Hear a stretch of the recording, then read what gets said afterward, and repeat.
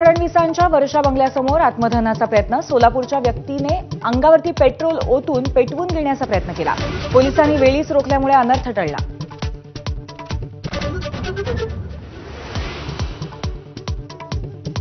संभाजीनगरचे उद्योजक संतोष लड्डांच्या चोरीला गेलेल्या सोन्याचं गौड बंगाल कायम.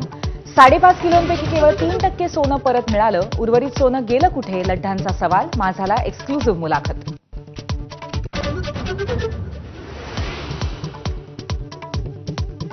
नवऱ्याने बायकोला कानाखाली मारणं म्हणजे छळ नाही. हगवणेंच्या वकिलांचा कोर्टामध्ये अजब युक्तिवाद. वैष्णवीच्या चारित्र्यहननाचा प्रयत्न. वैष्णवीच्या पती, सासू आणि नंदेला 1 दिवसाची कोठडी तर सासरा आणि दिराला 3 दिवसांची कोठडी.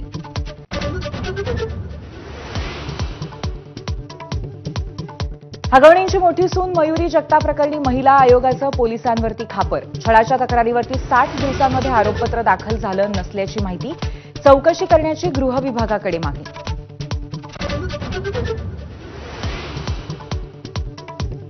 पंतप्रधान मोदी 2 दिवसात करणार 4 राज्यांचा दौरा. आज आणि उद्या मोदी सिक्कीम, पश्चिम बंगाल, बिहार, उत्तर प्रदेशच्या दौऱ्यावर.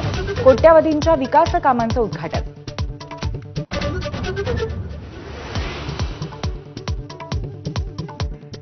ऑपरेशन सिंदूरनंतर केंद्रीय गृहमंत्री अमित शहा पहिल्यांदाच जम्मू काश्मीर दौऱ्यावर.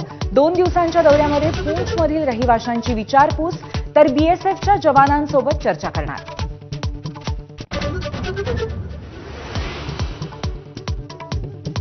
पाकिस्तानचे पंतप्रधान शहबाज शरीफ यांची भारतासोबत पुन्हा चर्चेची मागणी.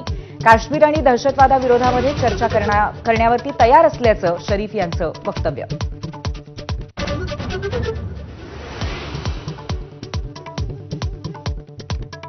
छत्रपती संभाजीनगरमध्ये भरधाव कारने दुचाकीला उडवलं. कार चालवणाऱ्या 14 वर्षाच्या मुलाच्या वडिलांच्या विरोधात गुन्हा.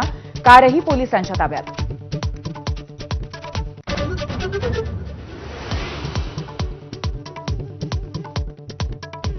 राज्यात पाऊसबळींची संख्या 39 वर. राज्य आपत्ती व्यवस्थापन विभागाकडून माहिती सादर.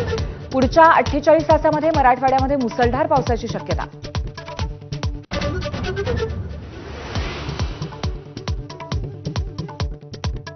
देशभरात कोरोनाबाधितांची संख्या 1300 वर गेली. सक्रिय रुग्णांच्या बाबतीमध्ये महाराष्ट्र दुसऱ्या क्रमांकावर. महाराष्ट्रामध्ये आतापर्यंत कोरोनाचे 6 बळी.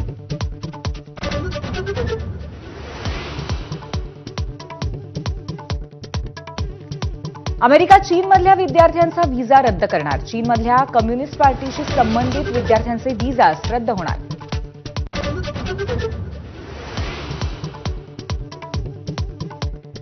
इस्रायलवरच्या 7 ऑक्टोबरच्या हल्ल्याचा सूत्रधार आणि हमासचा म्होरक्या मोहम्मद सिन्वर ठार.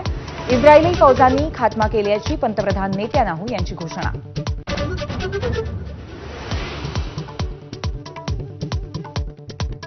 आयपीएलमध्ये आजपासून प्लेऑफचा धमाका. क्वालिफायर 1च्या लढतीमध्ये पंजाब किंग्स आणि रॉयल चॅलेंजर्स बेंगळुरू आमने सामने.